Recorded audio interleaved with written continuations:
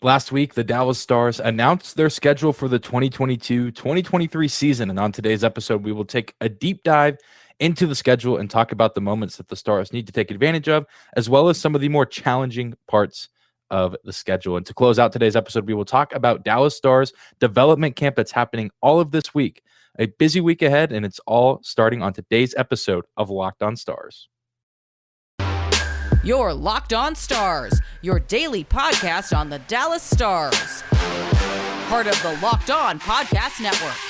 Your team every day.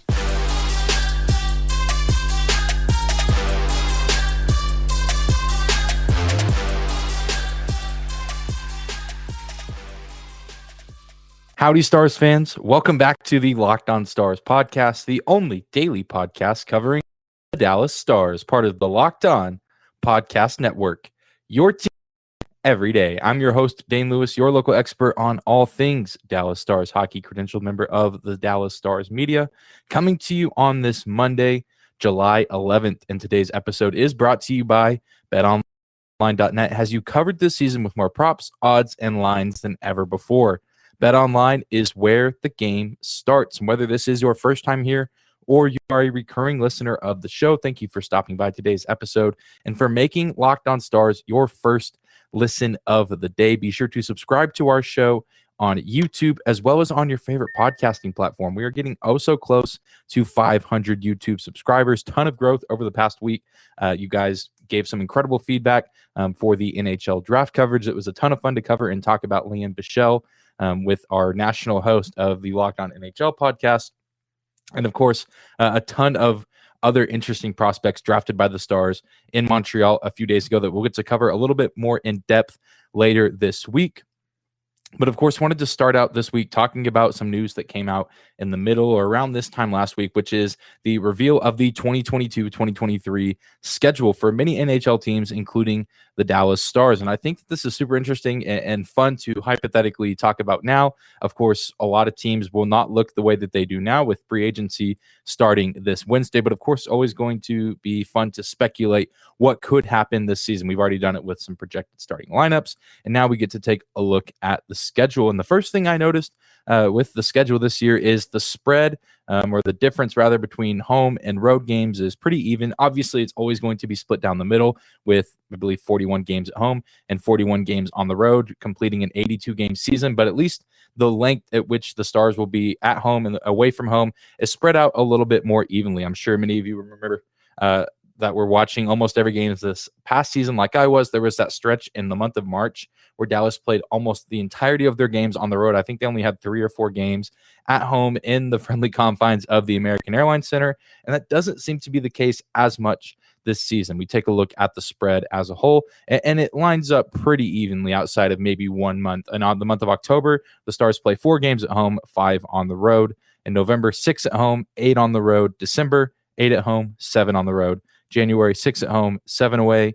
February, this is actually a pretty good spread. February, they have 7 home games and 2 road games. The month of March is their most road-heavy month with 9 away games and 6 home games. And then to close out with the month of April, 4 at home and 4 on the road. So that's kind of the first thing I noticed, and something that I think will be to the benefit of the Stars this season, although they actually did do pretty well in that month of March last year, playing the majority of their games on the road. And I think that's a huge reason why they ended up making the postseason over teams like the Vegas Golden Knights, is that they actually found a way to compete really well on the road to close out the season. And also, I think just with this coming season, not just for the Stars, but for several teams across the NHL, now with the league somewhat going back to normal after the pandemic is starting to have less of an effect on professional sports, players should be somewhat kind of reacclimated to the grit and grind of the NHL travel schedule. I think that, 2 years ago, we kind of had the condensed schedule with, everyone playing only the teams in their division. So you're still traveling some, but you're there for 2 games in a row. So you're there for a little bit more time. And then, traveling back home or traveling to another city that you've already been to that isn't really too far away. But then this past season, they went back to the normal schedule with on the road back-to-backs and just so many more difficult challenges to overcome. And now a lot of, especially the veteran players, should be a little bit more reacclimated to that. And it'll still play a factor, obviously, because it always does with how difficult it can be to, adjust to the NHL schedule. But something that, especially this Stars team with as many veterans that they have, guys that have played a few years in the NHL now, I think that it should make it slightly easier on them, at least on the mental side of things, that they should be a little bit more prepared for what this season could hold as far as travel and being on the road. The longest road trip for the Dallas Stars is 6 games from, of course, it's in the month of March, March 9th through 18th. They will play in Buffalo against the Sabres, and then they will travel all the way to the West Coast to play the Seattle Kraken in back-to-back games, but those will be 2 days apart. I believe it's on the March 11th and 13th, and then they will go to and play the 3 Western Canadian teams in the Vancouver Canucks, Edmonton Oilers, and Calgary Flames. And that will be the longest stretch that the Stars are away from home this season. And then we will, of course, a little bit later in the show, talk about the Stars' longest home stretch of the season, which is 2 games longer, and I think could be more maybe important to the overall success that the Stars could have this season. And Dallas, also another thing I noticed, only has 3 games on Sunday this coming season, which I think is great because they were not very good on Sundays this last year. Some of my least favorite games of the season coming on Sundays with the Stars, whether it was that first road game against the Ottawa Senators, they had that abysmal collapse game against the St. Louis Blues with some pretty shady officiating on a Sunday afternoon. They got shut out by the Colorado Avalanche at home on Super Bowl Sunday. So only 3 games coming on Sundays this year, which I think will be to the benefit of the Stars. Not sure what it is, but they just did not play that great on Sunday afternoons or Sunday evenings last season. So it'll be nice to not have to worry about that as much this season, as much of a factor as it may or may not have played. It makes me sleep a little easier and it eases my mind just a little bit. But coming up next, we will talk a little bit more about the home side of the schedule.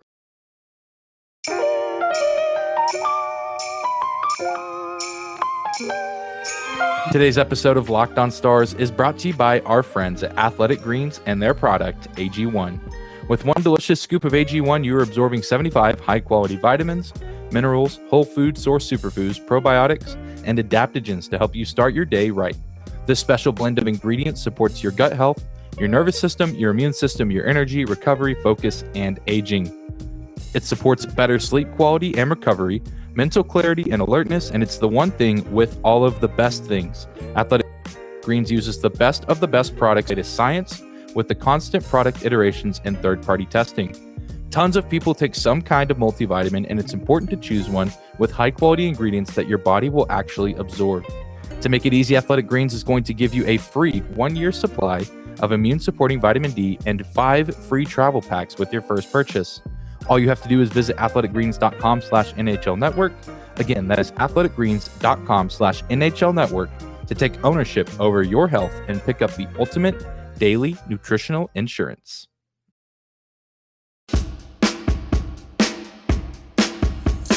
All right, we're moving on to the next segment of today's episode of Locked On Stars. Thank you again for making us your first listen every single day. Be sure to find and follow me on Twitter.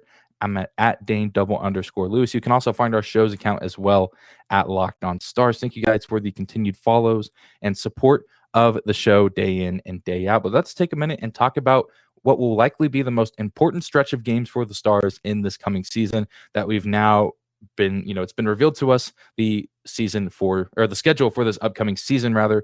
And the Dallas Stars, their longest road trip of the season will last 6 games, but their longest homestand will be 8 games.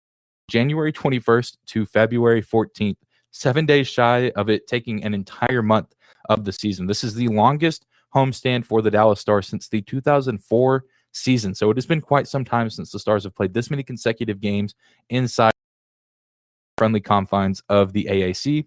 On paper, at least at this point in time, looks like a very favorable 8-game homestand. In order, the Stars will play the Arizona Coyotes, Buffalo Sabres, Carolina Hurricanes, New Jersey Devils, Anaheim Ducks, Minnesota Wild, Tampa Bay Lightning, and the Boston Bruins. All of those coming 8 games in a row at home here in Dallas. And, this is going to be such an important stretch of the season for multiple reasons, but I think the biggest one is that this is kind of the midpoint way of the season.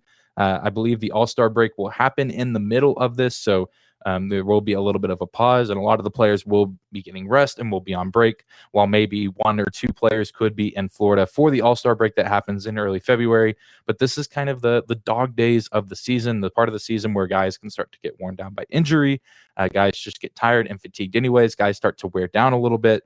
And many teams may have already fallen out of playoff contention at this point, but if not, teams will start to slowly fall out of playoff contention at this point in the season. So it's important for the Stars to stay competitive, because we know with the moves that they've already made this offseason with coaching hires and ending moves of signing some free agents like Robertson and Ottinger, it seems like the Stars team still wants to be highly competitive this season, get into the playoffs, and go on a deep run, especially with some of these veteran guys potentially playing their last season, or a few last seasons coming in the next handful of years. It's important for the Stars to stay competitive at this point in the season and do really well in these games. I expect the Central Division to still be somewhat competitive, probably not as competitive as many thought it would be last season, or what it actually turned out to be last season.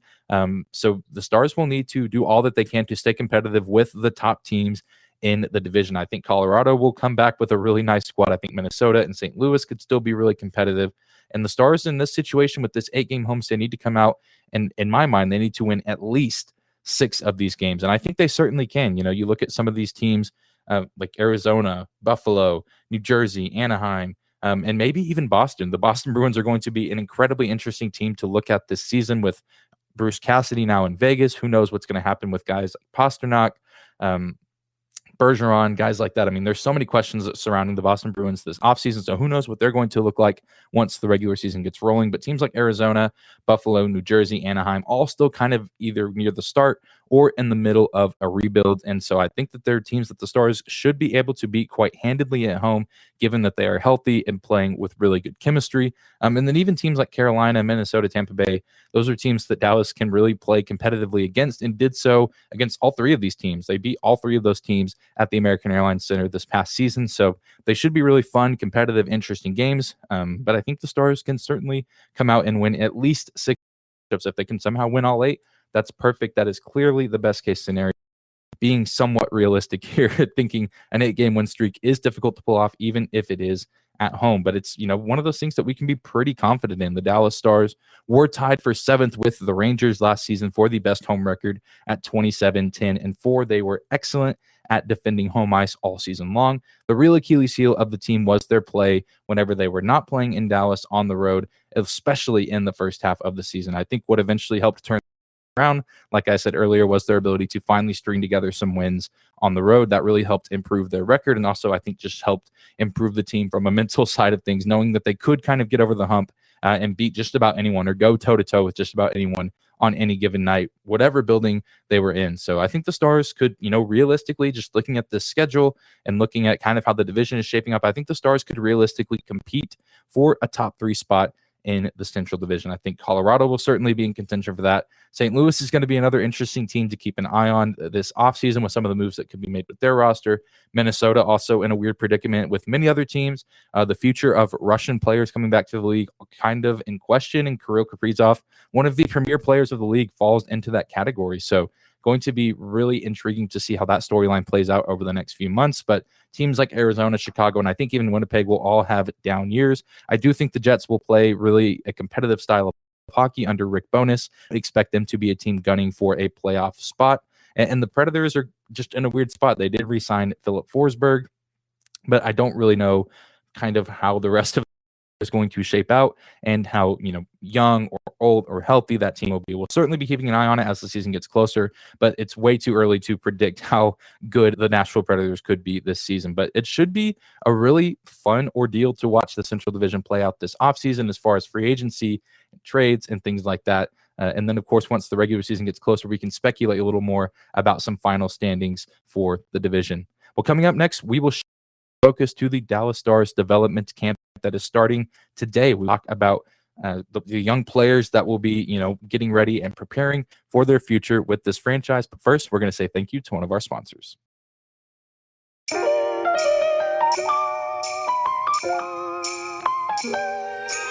Today's episode of Locked On Stars is brought to you by our friends at BetOnline. BetOnline.net is your number one source for all your betting needs and sports info. Find all the latest sports developments, league reviews, and news. BetOnline is your continued source for all your sports wagering information, including live betting, esports, and scores. BetOnline.net remains the best spot for all your sports scores, podcasts, and news this season. BetOnline.net is the fastest and easiest way to check in on all of your favorite sports and events, including MMA, boxing, and even golf. Head to the website today or use your mobile device to learn more about the trends and action. BetOnline.net, where the game starts.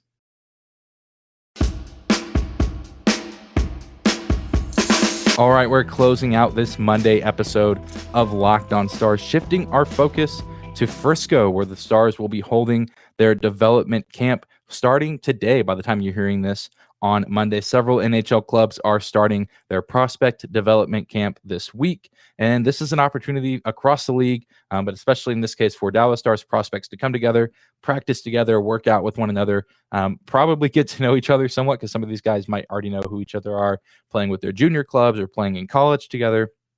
This is an opportunity for these teammate bonds to really start coming together with them playing on the ice, figuring out who has chemistry with who and who potentially has what it takes to maybe get an invite to training camp later on this summer, or potentially have a shot at cracking a spot on the roster with the Dallas Stars at the NHL level. And it's going to be a really interesting training camp, I think, whenever we get closer to the season. But even this development camp, there's a lot of really interesting names to watch. Tons of players from previous NHL drafts. I believe several players, even from this most recent draft, will be at this camp.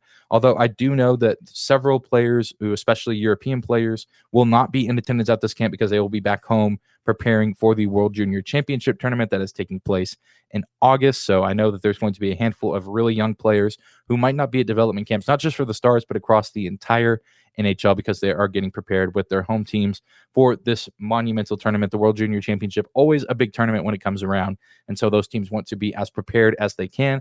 And of course, that does mean missing some players. So Liam Bichelle, I know Christian Kyrou was second round pick for the Dallas Stars. Be on the lookout for those guys to potentially be on the roster at the time of recording this, around 3 o'clock on Sunday afternoon. Have not seen an official roster yet, but I know we will see a handful of recognizable Dallas Star prospect names. I did see somewhere on Twitter, I don't think Maverick Bork will be at development camp, but we could probably see plenty of other guys either from the 2020 draft as well as the 2021 draft as well, working out together, kind of getting to know the coach, of course, working with one another to eventually get an invite to training camp, and then hopefully maybe have a shot at cracking the NHL roster. And the nice part about this event, which it has been in the past, but due to the pandemic over the past few seasons, this has been a closed event. This event will be open to the public at the Comerica Center up in Frisco, just north of Dallas. And whenever they have on-ice workouts, and they will have on-ice workouts 4 days of the week. The only day that they will not is on Wednesday, but today they have a workout from 1:30 to 3:30.